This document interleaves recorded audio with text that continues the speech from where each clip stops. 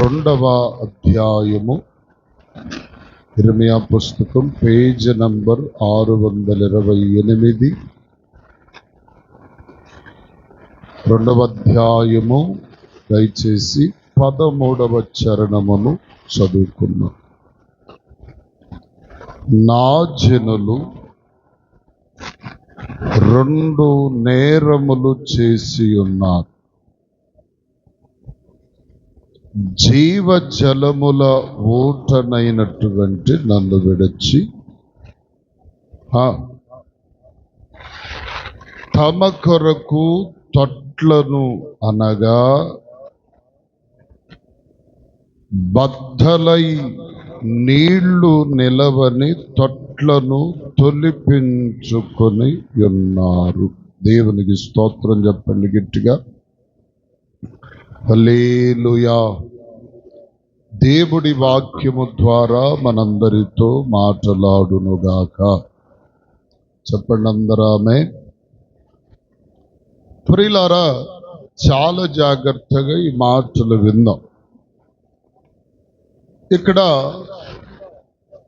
ప్రవక్తయు దేవుని దాసుడైనటువంటి ఇర్మియా మనకు కనిపిస్తూ ఉన్నాడు.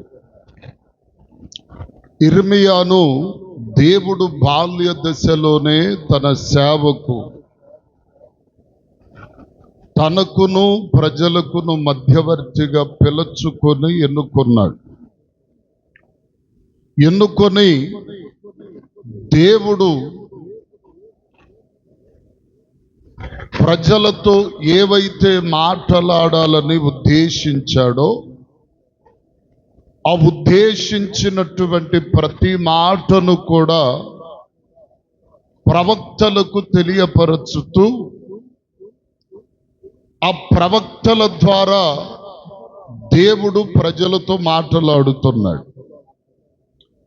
ఈ మాట్లాడుతున్నటువంటి మాటలన్నీ కూడా కొంతమంది చెవిన పెడతారు, కొంతమంది చెవిన పెట్టరు. అయితే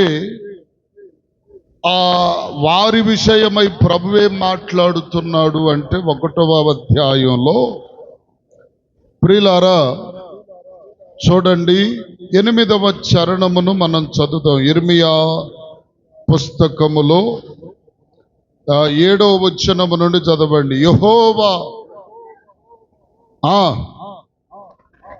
నేను బాలుడను అనవద్దు, నేను నిన్ను పంపు వారి యొద్దకు నీవు పోవలెను, నీకు ఏవైతే ఆజ్ఞాపించానో వాటన్నిటిని కూడా వారికి వివరించి ఆ సంగతులన్నీ చెప్పవలెను. వారికి భయపడవద్దు, నిన్ను విడిపించుటకు నేను నీకు తోడై ఉన్నాను. ఇదే యెహోవా వాక్కు. దేవునికి స్తోత్రం చెప్పండి గట్టిగా. ఆ 9-10 వచనాలు చూస్తే, నేను నీ నోటికి నోరై ఉంటాను, నీ నోట నా మాట ఉంచాను, నీవు చెప్పు, వింటే సరి, లేకపోతే ఏమండి వదిలిపెట్టాను. అక్కడ విన్నారా సరి, లేకపోతే నీ నోట నుండి వచ్చేటువంటి మాట అది పెళ్ళగిస్తుంది, కట్టగలుగుతుంది. ఏమండి ఇంకా 10వ వచనములో చూడండి. పెళ్ళగించును, వెరగొట్టుటకును, నశింపచేయుటకును, పడద్రోయుటకును, కట్టుటకును, నాటుటకును నేను ఈ దినమున జనుల మీదను రాజ్యముల మీదను నేను నిన్ను నియమించి ఉన్నానని చెప్పాడు. దేవునికి స్తోత్రం చెప్పండి గట్టిగా. ఇప్పుడు దేవుడు ప్రవక్త ద్వారా ప్రజలతో మాట్లాడుతున్న ప్రతి మాట నిర్లక్ష్యంగా లేకపోతే ప్రియులారా, ఏదో ఒక విధంగా అదొక నిర్లక్ష్య ధోరణితో వినకూడదు. ఒకవేళ వింటే దాని యొక్క పరిణామం అనేటువంటిది దేవుడు ముందుగానే ప్రవక్త ద్వారా బయలుపరుస్తున్నాడు. నువ్వు చెప్పు, నువ్వు చెబితే వింటే సరి, లేకపోతే దాని యొక్క పరిణామము తర్వాత ప్రజలు అనుభవించే పరిస్థితి ఉంటుందని చెప్తున్నాడు. స్తోత్రం చెప్పండి, గట్టిగా చెప్పండి హల్లెలూయా. అయితే ఇప్పుడు అదే విధముగా ప్రభు ఇర్మియాతో చెప్తున్నాడు, నా ప్రజలు నేను ఎన్నుకొని లోకము నుండి పిలుచుకొని నా జనులుగా నా బిడ్డలుగా ఏర్పరచుకున్నటువంటి వారు 2 నేరములు చేశారట. హల్లెలూయా, చెప్పండి హల్లెలూయా. ఏం చేశారు వీళ్ళు? ప్రజలు 2 నేరములు చేశారు. ఆ 2 నేరములలో ఒకటి ఏమంటున్నాడు? జీవ జలముల ఊటనైన నన్ను విడచిపెట్టారు. మొదటి ఇదిగో ప్రియులారా, నేరమేమిటి అంటే దేవునిని విడిచిపెట్టడం. ఏమండి, ఏం చేశారు చెప్పాలి? ఏం కొనుక్కుంటున్నారా లోపల? కథగా చెప్పండి. ఏం చేశారు? 2 నేరములు చేశారు. వాటిలో మొదటి నేరం దేవునిని విడిచిపెట్టడం.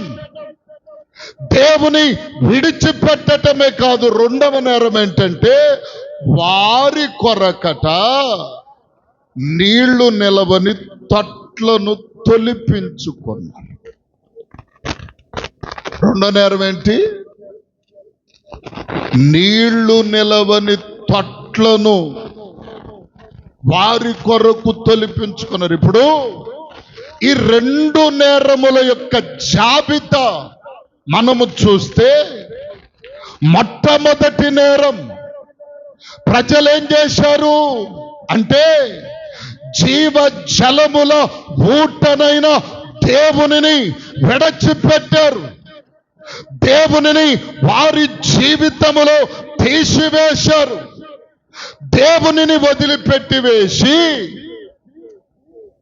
వాటిని వారికి ఏం చేసుకున్నారు?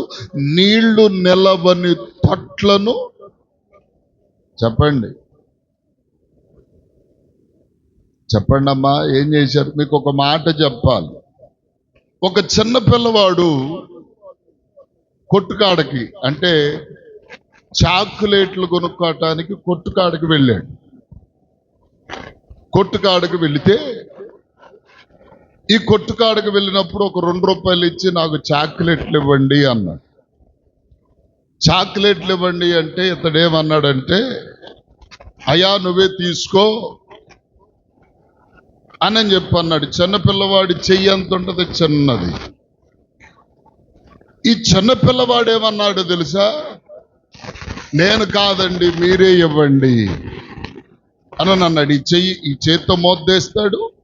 ఈ చేయి పెడితే చిన్నపిల్లవాడిని గుప్పిన నుండి వస్తే 4 కూడా చాక్లెట్లు రావు కదా. నీకెన్ని కావాలో తీసుకయ్యని కొట్టు అంగటి యజమాని చెప్పాడు. చెబితే కాదు తాత నువ్వే తీసి అనంటే ఇప్పుడు ఆయన ఆ చాక్లెట్లు డబ్బాలోనికి చేయిబెట్టి తన గుప్పెడు నిండా తీశాడు. తీస్తే ఇతడు 2 దోశళ్ళు కూడా, ఈ 2 చేతులు కూడా ఫుల్ అయిపోయాయి.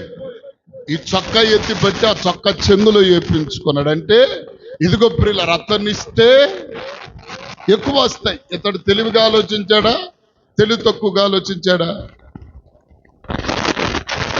చెప్పండి. తెలివిగా ఆలోచించాడా, తెలివి తక్కువగా ఆలోచించాడా? చెప్పరేంటమ్మా చెంగులు? పెట్టుకుంటే ముసుకేసుకొని పెట్టుకుంటే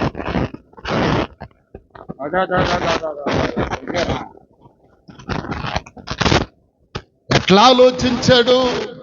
తెలివిగా ఆలోచన చేశాడు. అంటే ప్రియులారా, నేను తీసుకుంటే నాది చిన్న గుప్పిలి, నా గుప్పిలికి 2 వస్తాయో 3 వస్తాయో 4 వస్తాయో, అదే ఆ పెద్ద వ్యక్తి ఇస్తే నా దోషుళ్ళు నిండిపోతాయి అని ఆలోచన చేశాడు.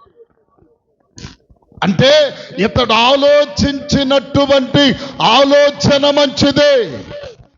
ప్రియులారు, ఇప్పుడు ప్రజలేం చేస్తున్నారు అంటే, ఇదిగో విస్తారముగా ఇచ్చేటువంటి దేవుని విడచిపెట్టి ఏం చేస్తున్నారు? అప్పుడప్పుడే ఏమండి, మన దప్పిక తీర్చి ఎండిపోయే బావులను తొలిపించుకుంటున్నారు. దేవునికి స్తోత్రం చెప్పండి, గట్టిగా చెప్పండి హల్లెలూయా. మీకు అనేక మారులు చెప్పాను ఈ విషయాన్ని, మరలా చెప్పవలసిన అవసరం వస్తుంది కాబట్టి చెప్తున్నాను. ఒక రాజు అడవికి వేటాడటానికి వెళ్ళాడు. అడవికి వేటాడుతూ ఉండగా, ఇదిగో ప్రియులారా, ఒక పులి అతని మీద అటాక్ చేసింది. దానితో ఇదిగో ప్రియుల ఆ రాజు క్రింద పడిపోయాడు.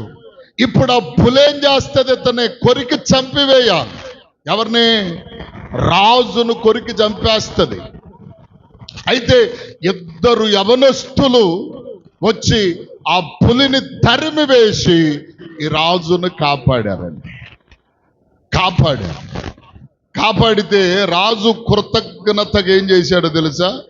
అరే అబ్బాయిలు, మీరు నాకు చాలా మేలు చేశారు, నాకు చాలా ఉపకారం చేశారు, కాబట్టి నా ప్రాణాన్ని కాపాడారు గనుక మీరు ఏది కోరుకుంటే అది మీకు ఖచ్చితంగా ఇస్తానన్నాడు. స్తోత్రం చెప్పండి గట్టిగా. ఏది కోరుకుంటే అది ఇస్తానన్నాడు.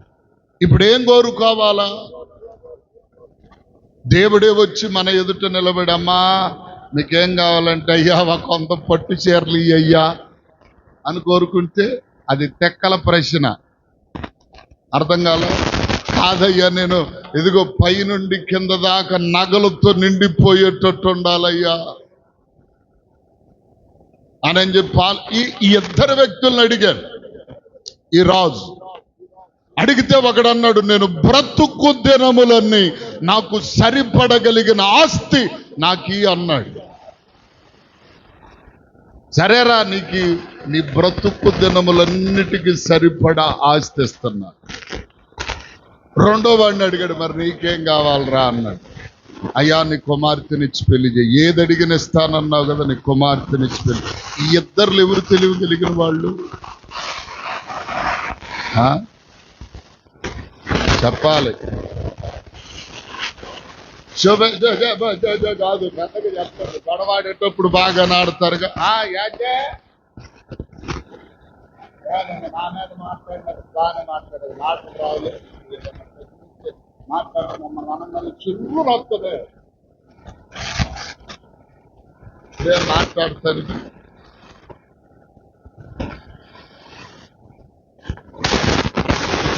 ఎవరు జ్ఞానవంతులు? 2వ వాడు. ఎందుకని? మొదటివాడు నేను బ్రతికినంత కాలం ఇదిగో నాకు కావలసిన ఆస్తి సమృద్ధిని అన్నాడు. వీడు బ్రతికినంత కాలం ఉంటుంది ఆస్తి, వీడి పిల్లల తరములకు ఉండదు కదా. 2వ వాడు ఏం చేశాడు? నీ కుమార్తె, రాజు కుమార్తెనే నేను చేసుకుంటే రాజుకి అల్లుడినవుతాను, ఏమండి అర్ధరాజ్యం ఇస్తాడు, నా పిల్లల పిల్లల పిల్లల తరముల వరకు సమృద్ధికరంగా నేను జీవిస్తానని ఆలోచన చేసి. హల్లెలూయా. ఏది గొప్ప ఆలోచన? ఇప్పుడు అదే దేవుడు అంటున్నాడు, ఏమండి, ప్రజలు జీవజలముల ఊటనైన నన్ను విడిచిపెట్టి వేసి వారి కొరకు నీళ్లు నిలవని తట్లను తొలిపి. ఇప్పుడు ప్రజలేం చేశారంటే దేవుణ్ణి విడిచిపెట్టారు, దేవుని విసర్జించి వేశారు. దేవుని తన మనస్సులో వారి హృదయములో లేకుండా చేస్తున్నారు. ఇప్పుడు మనుష్యులలో దేవుడున్నాడా? లేకపోతే ఏముంది అంటే దేవుడు ఏ మాత్రము కూడా వారి జీవితాలలో లేడండి. అదే ఇర్మియా పుస్తకంలో మీరు ఒక మాట చూడొచ్చు. 17వ అధ్యాయం 17వ అధ్యాయంలో 5వ వచనమును చూడండి. 17వ అధ్యాయం 5వ వచనము చదవండి. యెహోవా ఇలాగు సెలవిచ్చుచున్నాడు, నరులను ఆశ్రయించి శరీరులను తనకు ఆధారముగా చేసుకొని తమ హృదయమునట యెహోవా మీద నుంచి తొలగించి వేశారు. అంటే దేవుని మీద ఉండవలసిన ఆశ, దేవుని మీద ఉండవలసిన ఆలోచన, దేవుని మీద ఉండవలసిన మనస్సు తీసివేసి శరీరుల మీద, అంటే శరీరులు అంటే అర్థం ఏంటో తెలుసా? శరీరులు అంటే అర్థం ఏంటంటే లోక సంబంధమైన ఆశలు లేక కోరికలు. శరీరులు అంటే అర్థం ఏంటి? లోకం, లోక సంబంధమైన ఆశలు. అంటే ఇక్కడ ఎవరి మీద నుండి తీసివేసి ఎవరి మీద పెట్టుకున్నారు? ఏటి మీద పెట్టుకున్నారు మనుషులు? మీకు అర్థమైంది అనుకుంటాను. స్తోత్రం చెప్పండి గట్టిగా. ఇప్పుడు మనం ఎలా ఉన్నామంటారు? ఏమండి? ఇప్పుడు దేవుని వాక్యం చెప్తున్నటువంటి మాటలు మనము చూస్తే యెహోవా సెలవిచ్చుచున్నాడు ఏమనగా, నరులను ఆశ్రయించి శరీరులను అంటే కోరికలను, ఆశలను, ఇష్టాలను తనకు ఆశ్రయముగా చేసుకున్నారు. దేవుణ్ణి పూర్తిగా చెప్పరే విడిచిపెట్టారు. ఈరోజు మనుష్యులకు శరీర సంబంధమైన ఆశల కంటే ఎక్కువ ఏదియూ లేదు. దేవుడు ఎక్కువ, శరీర సంబంధమైన ఆశలు ఎక్కువ. అంటే ఏది కోరుకుంటాం మనం? చెప్పండి, ఏది కోరుకుంటాం? ఇప్పుడు ఒక పక్కన 10 లక్షల రూపాయలు డబ్బు పెట్టాం, లేకపోతే 1 లక్ష రూపాయలు డబ్బు పెట్టాం. ఏది కావాలి అంటే మనం ఏది కోరుకుంటాం చెప్పాలి? ధనమా దైవమా? డబ్బా దైవమా? బంగారమా దైవమా? అంటే ఏది కోరుకుంటాం మనం ఇప్పుడు? చాలు ఊరుకో, భలే చెబుతున్నావులే పాస్టర్ గారు. నువ్వేది కోరుకుంటావు? నేనేది కోరుకుంటానండి చెప్పరే? ఏది కోరుకుంటాను? నేనే ఏది కోరుకుంటాను చెప్పాలి.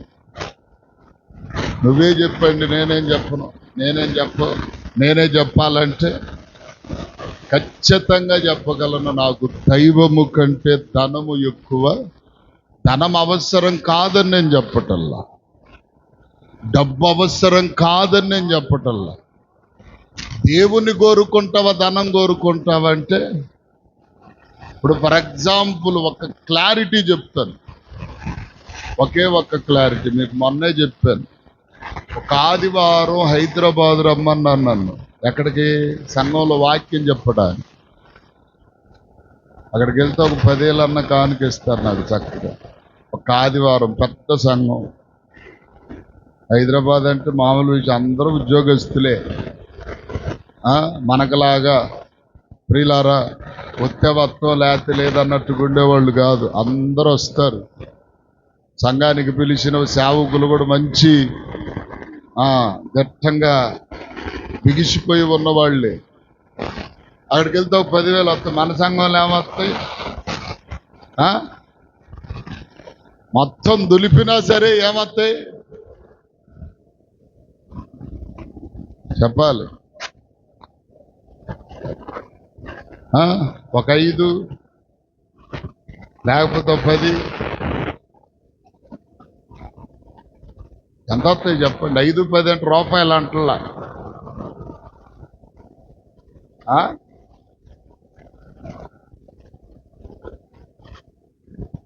మీకు నేను ఎన్నో మార్లు చెప్తున్నాను, చాలా మార్లు చాలా మందికి చెప్పాను. ఒకవేళ దేవుడు నన్ను తొందరగా పిలుచుకుంటే నా విలువేంటో ఈ గ్రామానికి కూడా దేవుడు తెలియపరుస్తాడు ఒక రోజుకి. దేవుని చిత్తం అలాగు లేకుండా నాకు ఇప్పుడిప్పుడే కొంత తెలుగుతుంది, చెప్పాలి కాబట్టి చెప్తున్నా. ఏమండి, మీరు ఇలాగే నిర్లక్ష్య ధోరణితో దేవుని విషయంలో సంఘం విషయంలో ఏ శ్రద్ధ ఆసక్తి లేకుండా ఎట్లాగే చేయండి. ఇంకా కొన్నాళ్ళకైనా ఎక్కడన్నా చూసుకుని మెల్లికి వెళ్ళిపోతా. పల్లె లేకపోయినా పర్లేదు, ఎవరో ఒకళ్ళు వస్తే వస్తారులే, మనకంత అవసరం లేదుగా ప్రార్థన అంటే కదా. ఆ టయానికి చెప్పరే, వచ్చే వస్తాం లేకపోతే లేదు. కాబట్టి బ్రతకటం ఎలాగైనా మనిషి బ్రతుకుతాడు, బ్రతకలేని పనికి మాలినోడు ఎవడూ లేడు. అర్థం కాల. ఉన్న జనం ఏమైపోయారు, ఏమయ్యారు లేరు, ఇళ్ళల్లో లేరా, ఆడికి వెళ్ళారు, లేరుగా అన్న ఆడికి వెళ్ళారు. మీకు ఒక సేవకుడు మరలా మీకు ఒక ప్రత్యేకంగా నిలబడాలి. ఇంకొక పక్కకి వెళ్ళి ఆ బల్లారాధన ఇచ్చొస్తానికి కూడా కొంచెం లేట్ అయితే మీకు బాధ. మీరు మాత్రం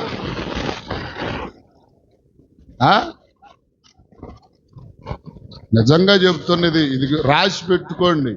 ఎట్లాగే చేయండి, ఎట్లాగే చెందండి. దేవుడు ఏదో ఒక ప్రార్థన చేస్తున్న దాని కొరకు కూడా దేవుడు ఏదైనా పిలుపిస్తే తప్పనిసరిగా చెప్తున్న ఈ విషయంలో. ఏమండి, పిలుపు లేకపోతే నేను చేయగలిగింది ఏం లేదు, కానీ నేనేమి చేతగానోడిని కాదు, చేప తెచ్చినోడిని కాదు. అర్థం కావట్లా. గుర్తుపెట్టుకోండి, ఇది రాసి పెట్టుకోండి. ఒక రోజుకి ఏదైనా పాస్టర్ గారు నిజంగా ఇట్లా చెప్పాడు కదా ఒక రోజు అనేటువంటి మాట కూడా వస్తుంది. మధ్య మధ్యలో వాక్యాలు చెప్తున్నా, ఈ మాటలు చెప్తున్నా, సప్పరించుకునే వాళ్ళు ఎక్కువ. అర్థం కాల. అన్నీ నేను ప్రతిదీ నా బిడ్డలు, నా కుటుంబం ఏది అంటే నా కుటుంబం అది కాదు. నన్ను కన్నా నాకు బంధువులున్నా వాళ్ళను కుటుంబం కనుక అట్లా నా కుటుంబం ఏదంటే సంఘమే. సంఘం తర్వాతే, సంఘ సభ్యుల తర్వాతే ఏదైనా. నాకేది ఎక్కువ అంటే సంఘం తర్వాతే ఏదైనా, నా దేవుడు తర్వాతే ఏదైనా. కానీ మీరు అలా కాదే. నాకు కంపేర్ చేయటానికి మాత్రం లేదు ఇక్కడ. చెప్తున్నా, ఏది ఎక్కువ, మనకేది ఎక్కువ? దేవుడు ఎక్కువ, ధనం ఎక్కువ అంటే ప్రియులారా, ధనమునకిచ్చిన ఇంపార్టెంట్ దేవునికి ఇచ్చేవారు లేరు. పనులకిచ్చే ఇంపార్టెంట్ దేవునికి ఇచ్చేవారు లేరు. నీవు బ్రతకటానికి, ఆశీర్వాదకరంగా ఉండడానికి, ఆరోగ్యకరముగా ఉండడానికి కారకుడైన దేవుడు ఎక్కువ. నీకు ఇవన్నీ ఎక్కువ అంటే ప్రియులారా, మీకు ఏది ఎక్కువ చెప్పండి? లోక సంబంధమైన. అక్కడ అందుకని అన్నాడు 17వ అధ్యాయములో, శరీరులను అనగా శరీర కార్యములు అనగా లోకం. ఈరోజు ఎక్కువ శాతం దైవ బిడ్డలకు ఏది ఎక్కువైపోయిందంటే లోకమే, లోక కార్యాలే ఎక్కువైపోయాయి.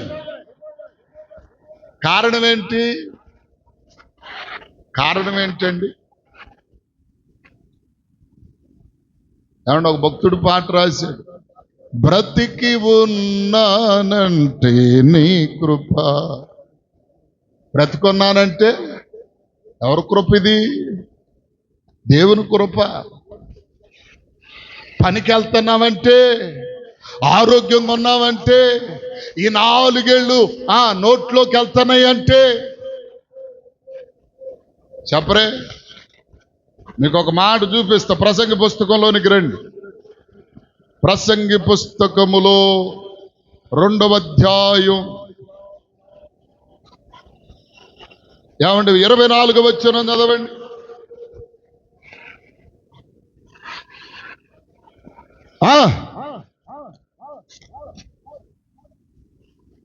చదవండి. అన్నపానములు పుచ్చుకొనుట కంటెను తన కష్టార్జితము చేత సుఖపడుట కంటే నరునికి మేలు కరమైనదేది లేదు కదా. ఇది కూడా, ఏది కూడా, ఇదంతా దేవుని వలన కలుగుతుందని నేను తెలుసుకున్నాను. ఎవరు? జ్ఞాని అయిన సొలొమోను విస్తారమైన ఆస్తి, సంపద, పేరు, ప్రఖ్యాతులు కలిగిన వాడు ఆయన. ఏమన్నా మీరు 2వ అధ్యాయం మొదటి నుండి చదివితే ఏమన్నా 4వ వచనములు అంటాడు, నేను గొప్ప పనులు చేయబోనుకున్నాను, నాకంటే ముందుగా నా తర్వాత కానీ ఎవడు కూడా ఇట్లాంటి పనులు చేయలేడు. నాకు ఇష్టమైందల్లా శరీరానికి, మనస్సుకు, కళ్ళకు నచ్చిన కార్యములని చేశారు. ఎవ్వడు చేయలేరు. ఇవన్నీ కూడా మీరు ప్రియులారా ఏమండి 10వ వచనములో 8వ వచనములో నా కొరకు వెండి బంగారములు 8వ వచనం, నా కొరకు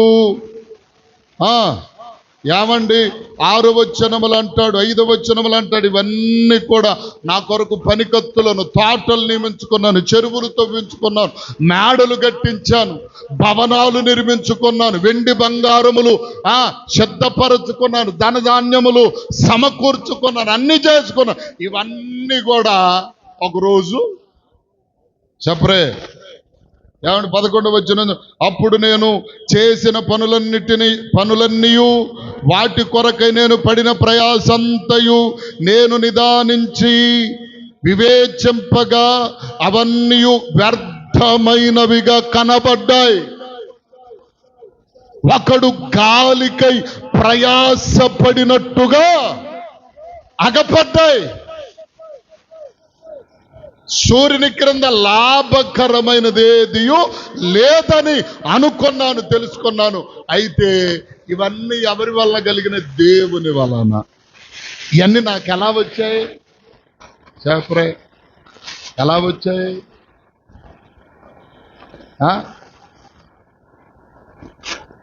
ఎలా వచ్చాయండి? దేవుని వలన కాదా?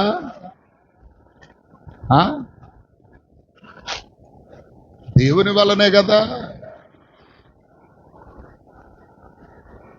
మరి దేవుణ్ణి విడిచిపెట్టి వీటన్నిటి కొరకు మనమేం చేస్తున్నాం చెప్పరే?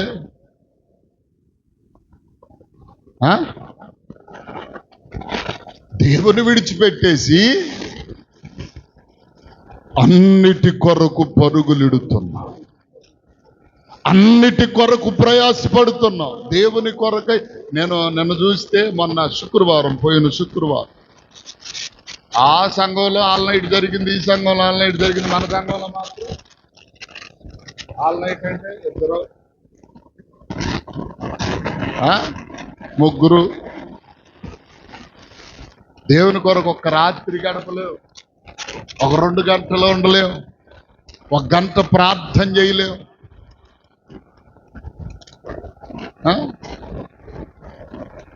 ముసలాళ్ళ కాడ నుంచి, పిల్లల కాడ నుంచి ఏ తనంగా అక్కడ ఉంటాం.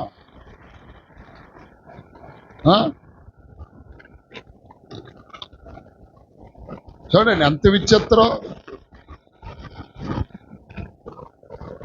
గమనించండి, శరీర విషయముల మీద ఆశ మనం ఎక్కువగా లోక సంబంధమైన వాటి కొరకే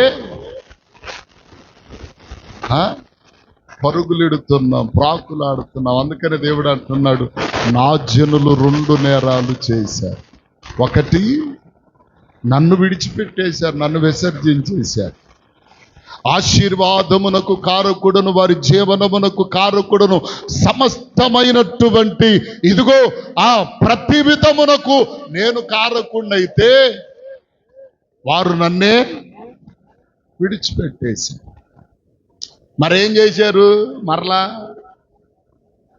ఉపయోగం లేని దాన్ని, నీళ్లు నిలవని బావులను వారి కొరకు,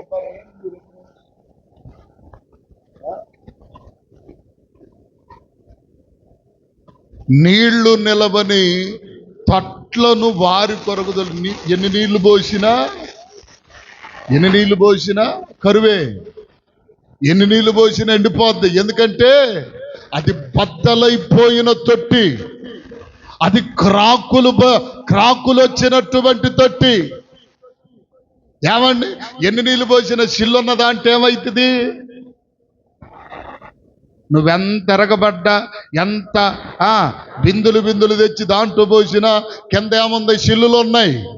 ఆ సిల్లులో పోతే డ్రాపులుగా కిందకి వెళ్ళిపోవటమే తప్ప ఏమి ప్రయోజనం లేదు. స్తోత్రం చెప్పు గట్టిగా, చెప్పండి హల్లెలూయా. ఏమండి, అందుకనే నేను అంటాను ప్రియులారా, సమయం ఇంకా చెప్పవలసిన మాటలు చాలా ఉన్నాయి.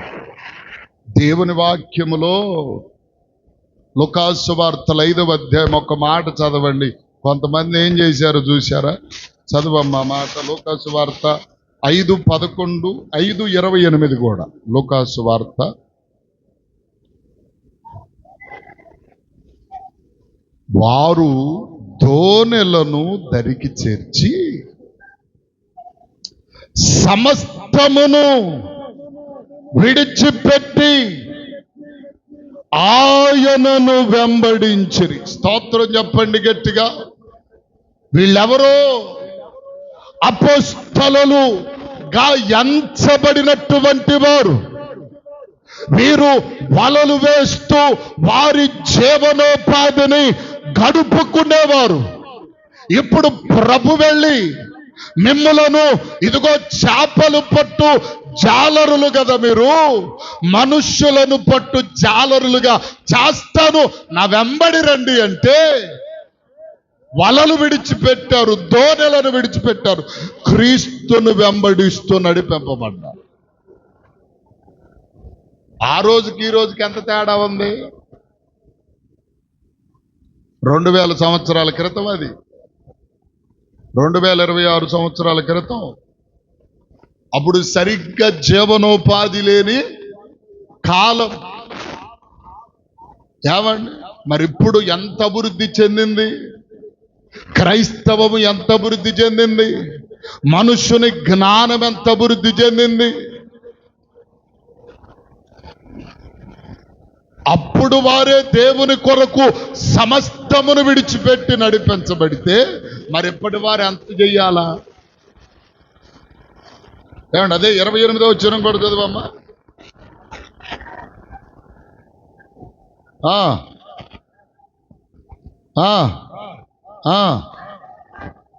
దేవునికి స్తోత్రం చెప్పండి గట్టిగా.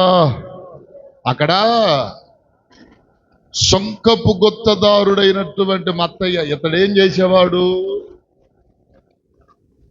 చేసేవాడంటే పన్ను వసూలు చేసేవాడు. అందరి దగ్గర. ఇప్పుడు మనకి ఇంటి పన్నుని, నీళ్ల పన్నుని, కరెంటు పన్నుని, అట్లా అప్పుడు మనుషులకు పన్ను ఉండేది. ప్రతివాడు పన్ను చెల్లించాలి. పన్ను చెల్లిస్తా ఉంటే యేసు ప్రభు దగ్గరకు కూడా వచ్చాడు. యేసు ప్రభుతో పాటు పేతురున్నాడు. అడిగాడు, పన్ను మీ ఇద్దరు పన్ను చెల్లించంటే పేతురుతో చెప్పాడు. పేతురుని ప్రభు అన్నాడు, అయ్యా నువ్వు సముద్రమునకు పోయి వలవై, గాలం వేయి, ఒక చేప పడుతుంది, దానికి షెకేలు ఉంటుంది, తీసుకొచ్చి మన ఇద్దరు పన్ను కట్టేసేయని చెప్పిన తర్వాత ఇతనితో చెప్తాడు ఏమనంటే, నువ్వు నన్ను వెంబడించు మత్తయ్యి అనంటే, ఇప్పుడు అతడు ఉద్యోగస్తుడు, సామాన్యుడు కాదు. ఆనాటి ప్రభుత్వము క్రింద ఇతడు ఒక మంచి ఉద్యోగం కలిగినటువంటి వ్యక్తి. ఆ వ్యక్తిని ప్రభు అన్నాడు, నీవు సమస్తమును విడిచిపెట్టి నన్ను వెంబడించమంటే వెంటనే ఆ ఉద్యోగానికి రిజైన్ చేసేసి ప్రభువుని వెంబడించడం ప్రారంభించాడు. స్తోత్రం చెప్పు గట్టిగా. ప్రభువుని వెంబడించమంటే తిండి తిప్పలు మానేసో, సంపాదన వదిలేసో, అన్ని విడిచిపెట్టి రమ్మని కాదు. ఇదిదే చెప్పరే మరి తిండికి దేవుడు ఇస్తాడు, మార్గం చూపిస్తాడు. నీకెప్పుడేది అవసరమో సమస్తమును దేవుడు సమకూరుస్తాడు. కాబట్టి దేవుని ఇంకా చెప్పవలసినటువంటి మాటలు రాజుల గ్రంథంలో ఎలీషా దగ్గరికి వెళితే తనకున్న 5 జతల ఎడ్లను ఏమంది 12 అరకలను అన్నిటిని విడిచిపెట్టి దేవుని సేవకుని వెంట పరిగెత్తాడు.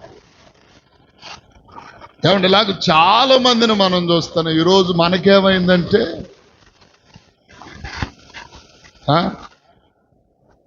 ఇది ఒక జబ్బు లాంటిది. ఏ జబ్బు ఇది? లోకపు జబ్బు, లోకాశల జబ్బు. మన కంటికి ఏది కనపడుతుంది అంటే మనకు ఆరోగ్యం ఇచ్చి, మన జీవనానికి ఒక బ్రతుకిచ్చి, అన్నిటినిచ్చి ఇదిగో ఒక ఉన్నత స్థాయిలో నిలబెట్టిన దేవుడు కనపడడు. ఎప్పుడు ఏది కనపడింది చెప్పరే? ఏది కనపడుతుంది? ఎప్పుడు ప్రాకులాటే. అదే రోజు లేదు, ఏ వారం లేదు, ఏ గడియ లేదు, ఏ సమయం లేదు. ఇప్పుడు ఫలానా చాటు పెళ్ళి ఉందంటే అక్కడికి పరిగెత్తుతాం. వాళ్ళకి సిగ్గు లేదు, మనకైనా సిగ్గు ఉండాలిగా. వాళ్ళకు బుద్ధి లేదు, మనకన్నా ఉండాలిగా.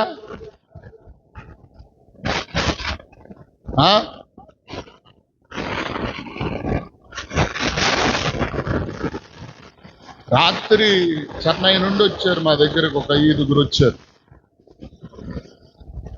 పెళ్లి కబురు చెప్పడానికి. ముందేమడిగాను, ఆదివారం అయితే నో ఎంట్రీ, మంగళవారం అయితే నో ఎంట్రీ, శనివారం అయితే నో ఎంట్రీ. ఆ తర్వాత అయితేనే చెప్పన్నా. సోమవారం బాబు గారు అని అన్నాడు. సర్లే అయితే అన్న. మా చెల్లెలు, మా రక్త సంబంధికుడు చెల్లెలు భర్త, మా సొంత అన్నగారు ఒంగోలు ఉన్నారు, కథనాను కొడుకు. శనివారం రాత్రి కూటం పెట్టుకున్నాడు. మొన్న అన్నా నువ్వు రా అన్న. ఏది నేను లేకపోయినా జరిగించడు అసలు. నువ్వు రా అంటే నేను రాను. నా ప్రార్థన వదిలిపెట్టి నీ దగ్గరికి వచ్చేది వేరే రోజు పెట్టుకుంటూ వస్తా. ఏమండి? దేవుని కంటే ఏది ఎక్కువ మనకి? వాళ్ళ మూలన పడతాను అనుకోండి, ఎంత డబ్బు పెట్టొచ్చు? నా దగ్గర ఉన్నంత వరకు పెట్టొచ్చు. లేకపోతే అప్పు చేసన్న కొంతవరకు అవకాశం ఉన్నంత వరకు తెచ్చిపెట్టవచ్చు. తర్వాత ఎవరిని తాత ఎత్తాడని ముత్తాత ఎత్తాడు. దేవుడు ఆరోగ్యం ఇవ్వకపోతే మందులు కాదు కదా, వాటి తాతలు వాడినా సరే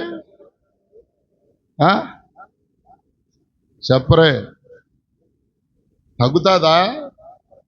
వస్తుందా ఆరోగ్యం? ఏమండి?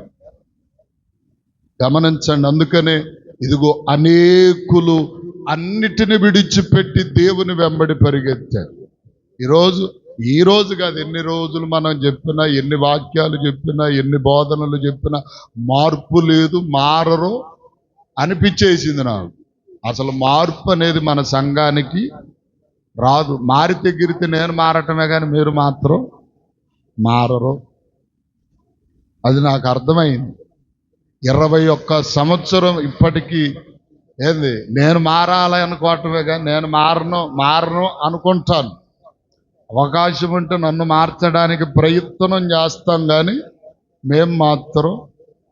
మొన్నకాయన ఎంతమంది ఎట్లా ఉన్నారంటే ఏజ్ అయ్యా నేను పొద్దునే అనుకోండి, పొద్దున శ్యాము మన మందిరాన్ని కట్టిన అబ్బాయి ఫోన్ చేశాడు. సంఘం ఎలా ఉంది, ఎలా ఉన్నారు, బాగున్నారు అంత. అయ్యా యేసు ప్రభు వచ్చినా కానీ ఆయన మారయ్యా. నేను అన్న ఏ మాట, యేసు ప్రభు వారు వచ్చినా ఆ రోజు యూదులు సిలువ వేసారు, ఈరోజు వీళ్ళే సిలువ వేస్తారు, కానీ వాళ్ళు మాత్రం చెప్పా. నిజంగా యథార్థం ఇది. మీరు ఫోన్ చేసే నెంబర్ ఎత్త కనుక్కోండి. ఈ సంఘం మాత్రం నేను మార్చలేనయ్యా, యేసు ప్రభు వారు వచ్చిన మార్పు చెందరు. అవసరమైతే ఆ రోజు కొరడాలతో కొట్టి యేసు ప్రభుని యూదులు సిలువేశారు, ఈరోజు మా సంఘం వారు కూడా సిలువేస్తారు అవసరమైతే అన్న. హల్లెలూయా కదా. అంత కెపాసిటీ మనకుంది. గమనించండి, చాతనైనంత వరకు, అవకాశం ఉన్నంత వరకు దేవునికి ఇంపార్టెంట్ ఇవ్వటం నేర్చుకోండి. ఆది కాండములో మనకందరికి సుపరిచితుడు అబ్రహామును చూస్తా. లేక దేవుడు కుమారుడిని ఇస్తే, అబ్రహమా కుమారుడిని అర్పించే నా కోసం అంటే, నీకు నేను ఇచ్చేది అయింది అల్లా, నువ్వు నాకు ఇచ్చావు, నువ్వు నాకు ఇచ్చింది నీకెత్తానికి నాకేమి మాయరోగమా అనుకొని తీసుకెళ్లి దేవునికి ఇవ్వటానికి. దేవుడిని నుండి ఏది దూరము చేయువాడు కాదు. నువ్వు దేవుని కొరకు ఒకటి విడిచిపెట్టుకుంటే దానికి మినహాయింపు రెండేస్తాడు దేవుడు. అర్థమవుతుందా? దేవుని కొరకు 1 గంట త్యాగం చేస్తే 10 గంటల ఆశీర్వాదం దేవుడికి ఇస్తాడు. ఇది లోకంలో ఎవరు చెప్పరు. ఏ వ్యక్తి నీకు ఇలాంటి స్థానం ఇచ్చేవారు లేరు లోకంలో. ఏమండి? కనుక ఇకనైనా దేవుని కొరకు ప్రయాసపడటం నేర్చుకొని మార్పు చెంది దైవికమైన లక్షణాలు మనలో కలిగి దేవుని కొరకు ప్రయాసపడే ఆధిక్యత, ఆశీర్వాదం దేవుడు మనకిచ్చున్నట్లు మనం ముందుకు కొనసాగుదాం. అట్టి కృప దేవుడు మనందరికి ఇచ్చునుగాక. అట్టి కృప